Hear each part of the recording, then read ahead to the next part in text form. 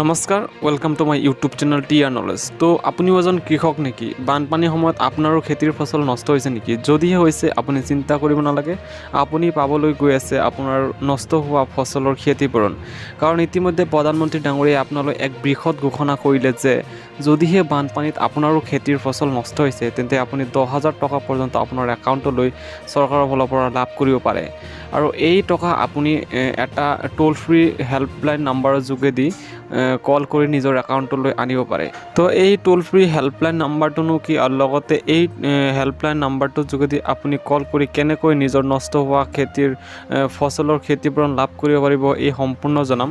খালি আপোনালোকে ভিডিঅ'টো প্ৰথম পৰা শেষলৈকে চাই থাকিব, তেতিয়াহে প্ৰচেছটো সম্পূৰ্ণভাৱে ভালকৈ বুজি পাব।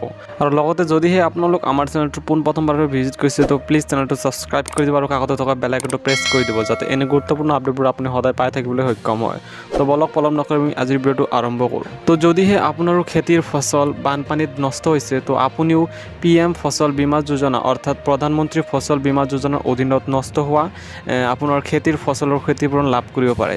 আৰু যিসকলে নাজানে যে PM ফচল বীমা যোজনা আচলতেনো কি, তো মই আপোনালোকক কৈ দিবলৈ চেষ্টা কৰিম যে PM ফচল বীমা যোজনা হৈছে এনেকুৱা এক আঁচনি যাৰ অধীনত সমগ্ৰ ভাৰতবৰ্ষৰ কৃষকসকলক তেওঁলোকৰ খেতিৰ ফচল সুৰক্ষা দিয়া হয় তথা নষ্ট হোৱা খেতিৰ ফচলৰ ক্ষতিপূৰণ চৰকাৰৰ ফালৰ পৰা দিয়া হয়।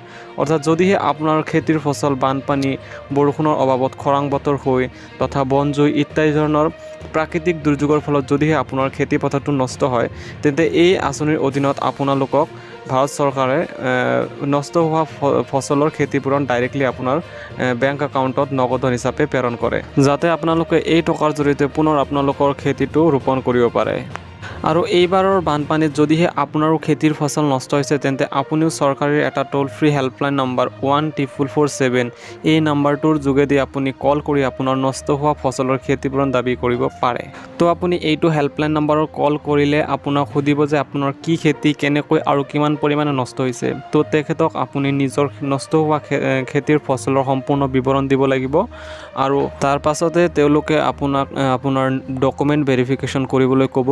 তো ডকুমেণ্ট ভেৰিফিকেশ্যনৰ বাবে আপুনি আপোনাৰ আশে পাশে থকা এগ্ৰিকালচাৰ অফিচত গৈ নিজৰ Aadhaar card, PAN card, bank passbook আৰু লগতে আন নথিপত্ৰসমূহ জমা দিব লাগিব। আৰু ইয়াৰ পিছতে আপুনি নিজৰ খেতিৰ নষ্ট হোৱা ফচলৰ টকা আপুনি নিজৰ বেংক একাউণ্টত লাভ কৰিবলৈ সক্ষম হ'ব।